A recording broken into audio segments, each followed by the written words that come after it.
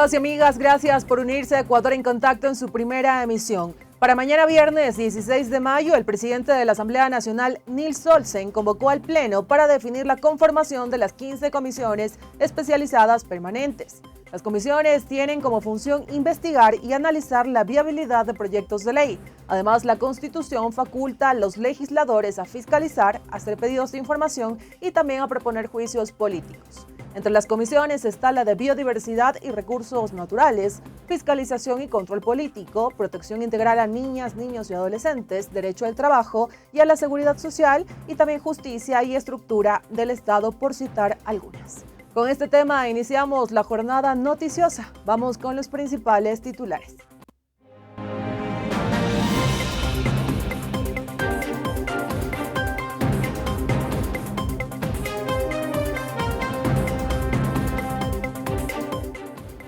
Daniel Noboa y María José Pinto recibieron sus credenciales para el periodo 2025-2029.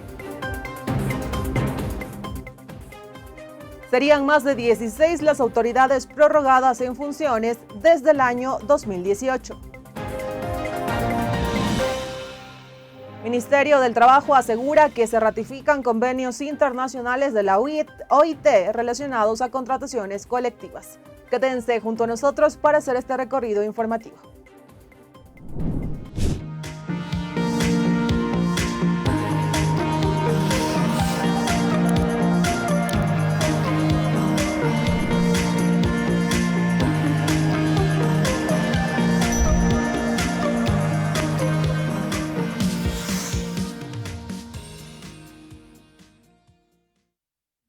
Iniciamos Ecuador en Contacto y tal como estaba previsto, ayer miércoles se instaló la Asamblea Nacional. Aquí se designaron a las nuevas autoridades. Como presidente, Nils Olsen, la primera vicepresidenta, Michelle Mancheno, y la segunda vicepresidenta, Carmen Tiupul. Esto para los próximos 2 años. Sobre el CAL, los asambleístas de ADN también se llevaron algunos puestos. Por ejemplo, la presidencia con Olsen, la primera vicepresidencia con Mancheno y la primera vocalía con Sade Fritchi. La cuarta vocalía fue con Steven Ordóñez, aliado de la bancada, y también la segunda vocalía se la llevó Samuel Cerelli del Partido Social Cristiano, mientras que la tercera vocalía fue para Mónica Salazar, exmiembro de Revolución Ciudadana. Fue una jornada larga con sesiones suspendidas porque en algunos casos no se lograron los votos para designar autoridades. Al culminar esta sesión inaugural, el presidente de la Asamblea dio unas breves palabras. Vamos a ver qué mencionó. Ha sido una primera jornada bastante intensa y yo sé que nuestras familias nos están esperando en casa, así que voy a ser lo más breve posible. Primero quiero agradecerles a todos los ecuatorianos que depositaron su confianza en mí para poder ser el presidente de la Asamblea Nacional. Agradecerle también a todos los asambleístas de mi bancada por su apoyo, por su moción, y también a todos los actores políticos de diferentes ideologías que han demostrado su apoyo públicamente a este día donde hemos celebrado la democracia. Tenemos un gran reto por delante. Tienen absolutamente mi compromiso de trabajar día y noche por todos los proyectos de ley que este país necesita, de tener una asamblea distinta, porque eso es lo que los ecuatorianos quieren y votaron para que se cumpla. Muchas gracias. Seguimos con las noticias y en el Palacio de Cristal, ubicado en el Centro Cultural Ichimbía, se realizó la ceremonia de entrega de credenciales del Consejo Nacional Electoral al binomio Daniel Noboa y María José Pinto para los próximos 4 años de mandato. Previo a la entrega de credenciales, el vicepresidente del CNE, Enrique Pita, se pronunció, enfatizando que durante la segunda vuelta electoral hubo varios intentos por desestimar la legitimidad de las elecciones. Pese a las narrativas infundadas de fraude que surgieron como intentos aislados de deslegitimación, los resultados han sido confirmados con claridad, legalidad y legitimidad. Al entregar las credenciales al señor presidente electo, señor Daniel Noboa Sin, y a la vicepresidenta electa, señora María José Pinto González Artiga, no solamente se reconoce el resultado electoral, sino que se honra el mandato soberano conferido por la ciudadanía. Diana Tamain, presidenta del Consejo Nacional Electoral, también se unió al discurso de Pita, reiterando que las elecciones del 13 de abril fue un proceso transparente. Aunque la transparencia y la eficiencia técnica estuvieron comprobadas hasta la saciedad, no faltaron los intentos de sembrar dudas, pues las narrativas descabelladas de fraude que iniciaron con lo mágico, pasando por lo cómico, terminaron siendo sepultadas, ya que la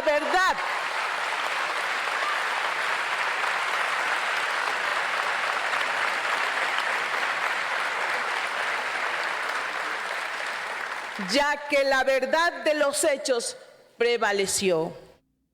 Y una vez entregadas las credenciales a Noboa y Pinto, el primer mandatario se dirigió a la ciudadanía desacreditando cualquier denuncia de fraude electoral y advirtiendo a quienes intenten destruir la democracia.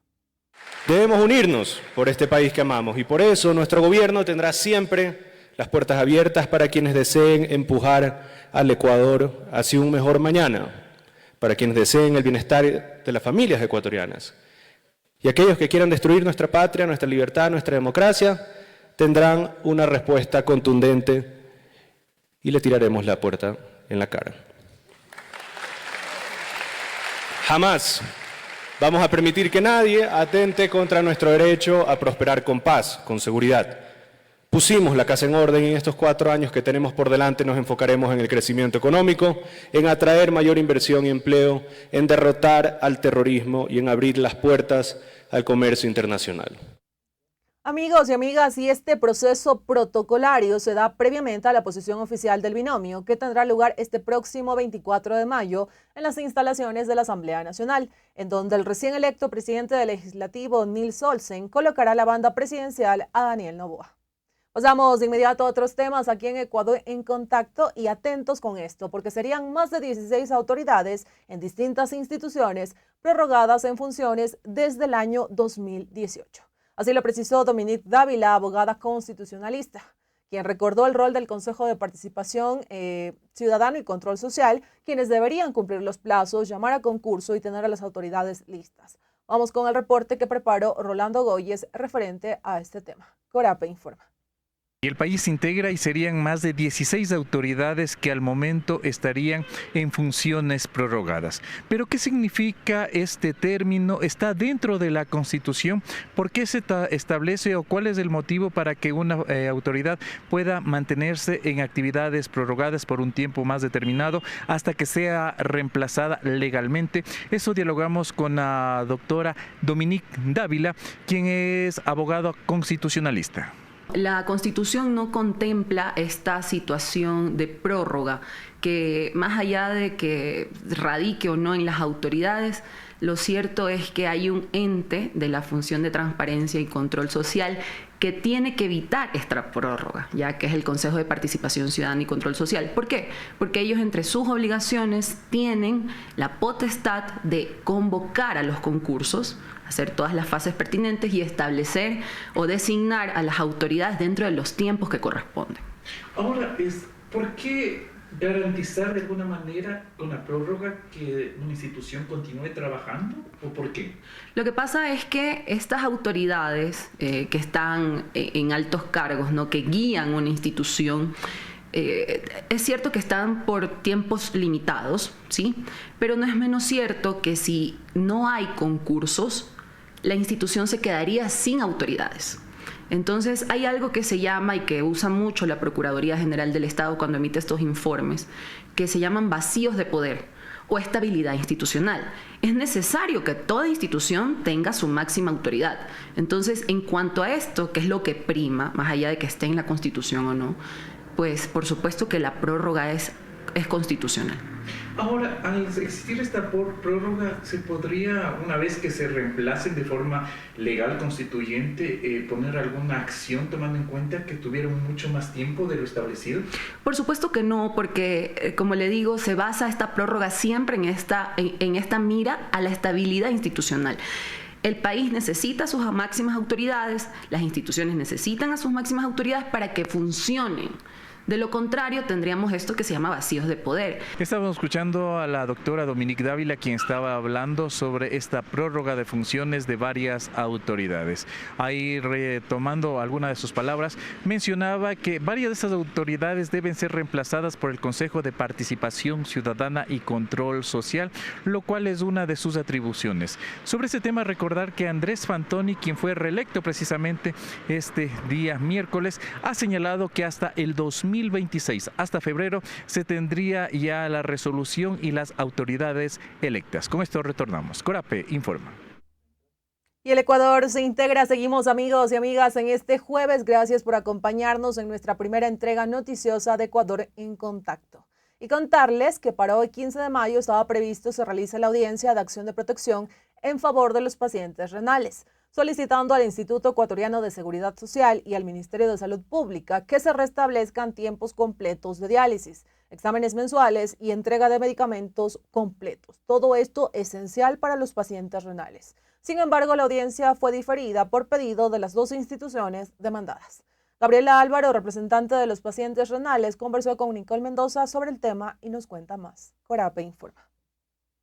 Y el país se integra. Hace pocos minutos conversamos con Gabriela Álvaro, quien es representante de los pacientes renales a nivel nacional, en donde ella nos platicó un poco acerca de la audiencia pública que tenía o que estaba convocado para el día de hoy, 15 de mayo, una audiencia pública de acción de protección en contra del Ministerio de Salud Pública y también del Instituto Ecuatoriano de Seguridad Social para solicitar que se regresen los beneficios que tenían los pacientes renales. Vamos a hablar acerca de esa situación, ya que a pedido del Ministerio o de las autoridades se ha solicitado que se difiera esta audiencia para el 29 de mayo. Vamos a conocer esta situación y también el contexto de los pacientes renales, cómo se encuentran actualmente sin sus tratamientos. Es una acción de protección interpuesta a favor de los pacientes renales, solicitando al Ministerio de Salud y al IES que aseguren a los pacientes y que se restablezcan tiempos completos de diálisis, que se restablezcan números de semanales de diálisis,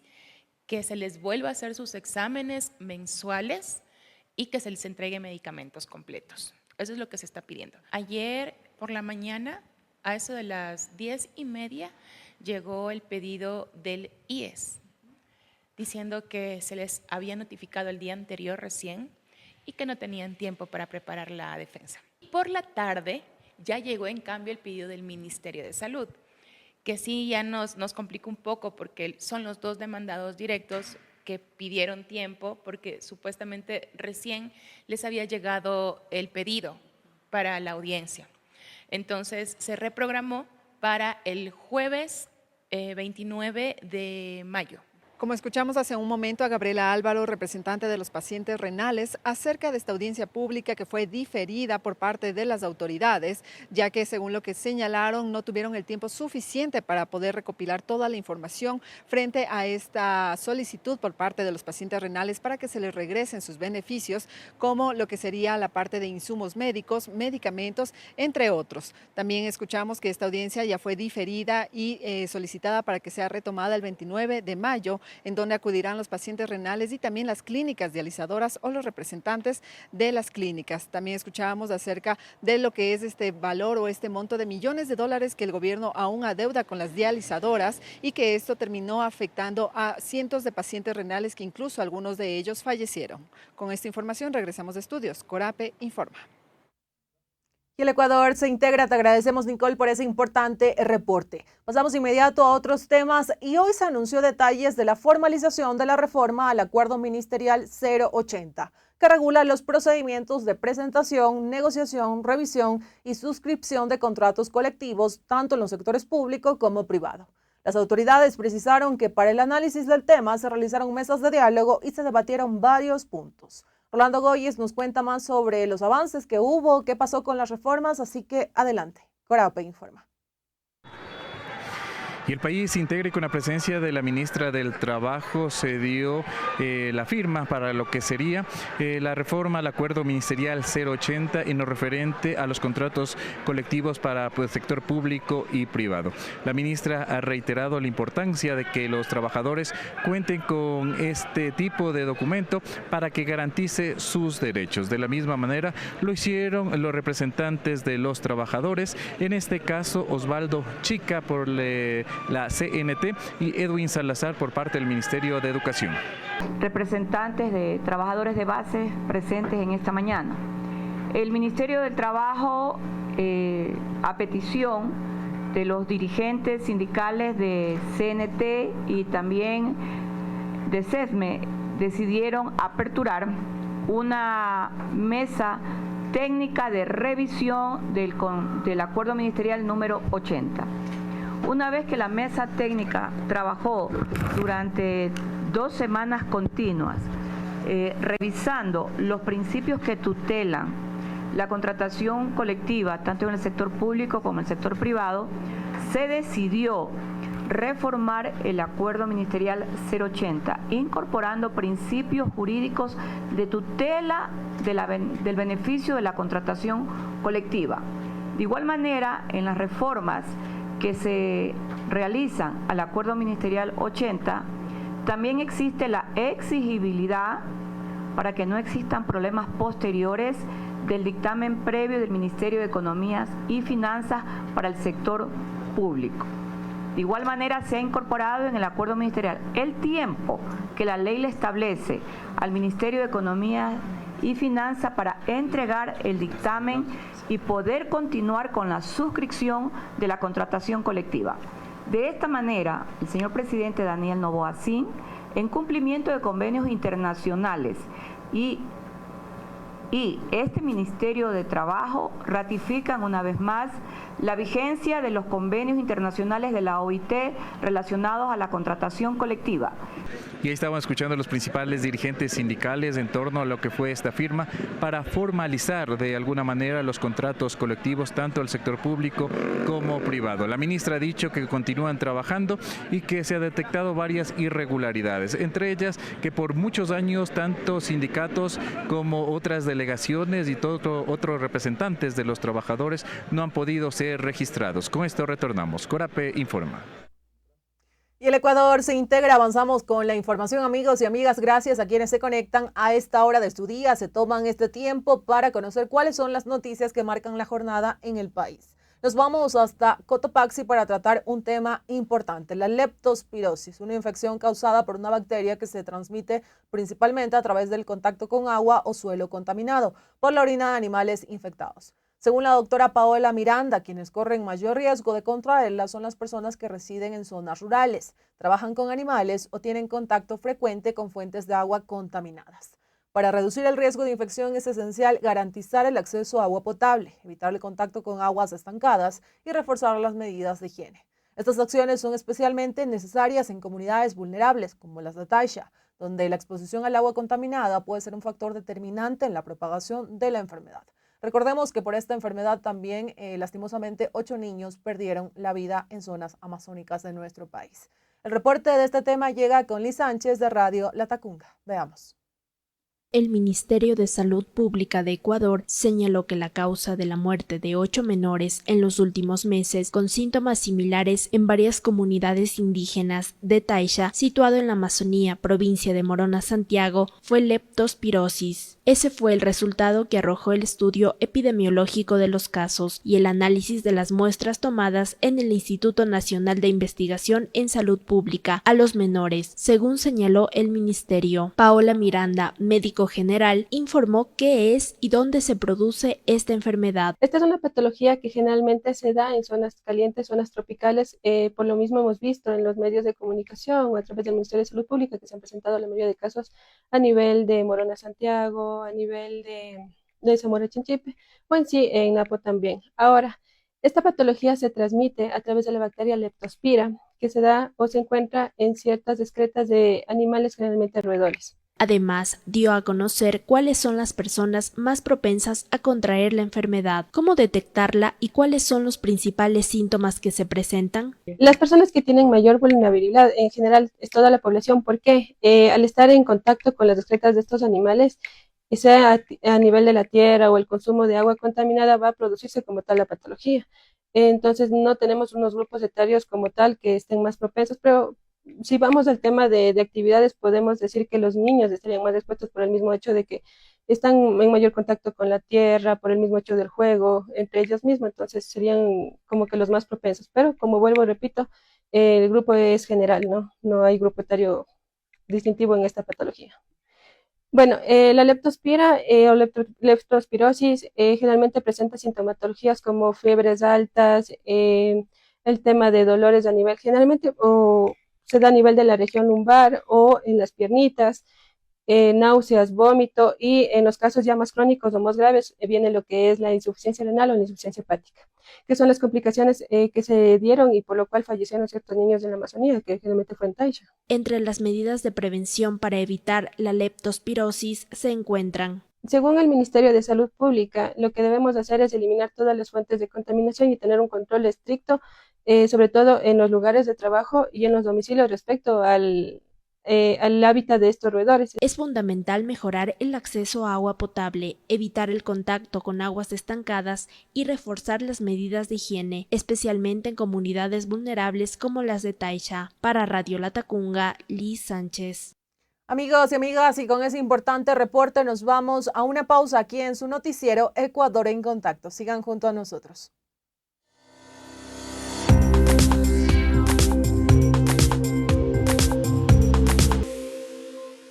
Hola, bienvenidas y bienvenidos al segmento Nuestra Lengua. ¿Sabes que hablas quichua sin darte cuenta? Lo usas todos los días cuando estás en tu casa, trabajo con amigos. Vamos a descubrirlo. En esta ocasión hablaremos sobre la expresión chulla. De seguro alguna vez escuchaste la frase chulla vida. No me alcanza con chulla dólar. ¿Ya lo recordaste? La expresión chulla se utiliza para describir a una cantidad impar o que se ha quedado sin su par, es decir, solo uno. Es una de las palabras emblemáticas de la capital, Quito, debido al chulla quiteño, personaje icónico conocido por su picardía, humor y elegancia al vestir. Ahora ya sabes lo que significa la expresión chulla. Hablas quichua sin darte cuenta. Y si conoces otra expresión o palabra en quichua, déjala en la caja de comentarios. Nos vemos en una próxima ocasión con una nueva palabra. Esto fue Nuestra Lengua.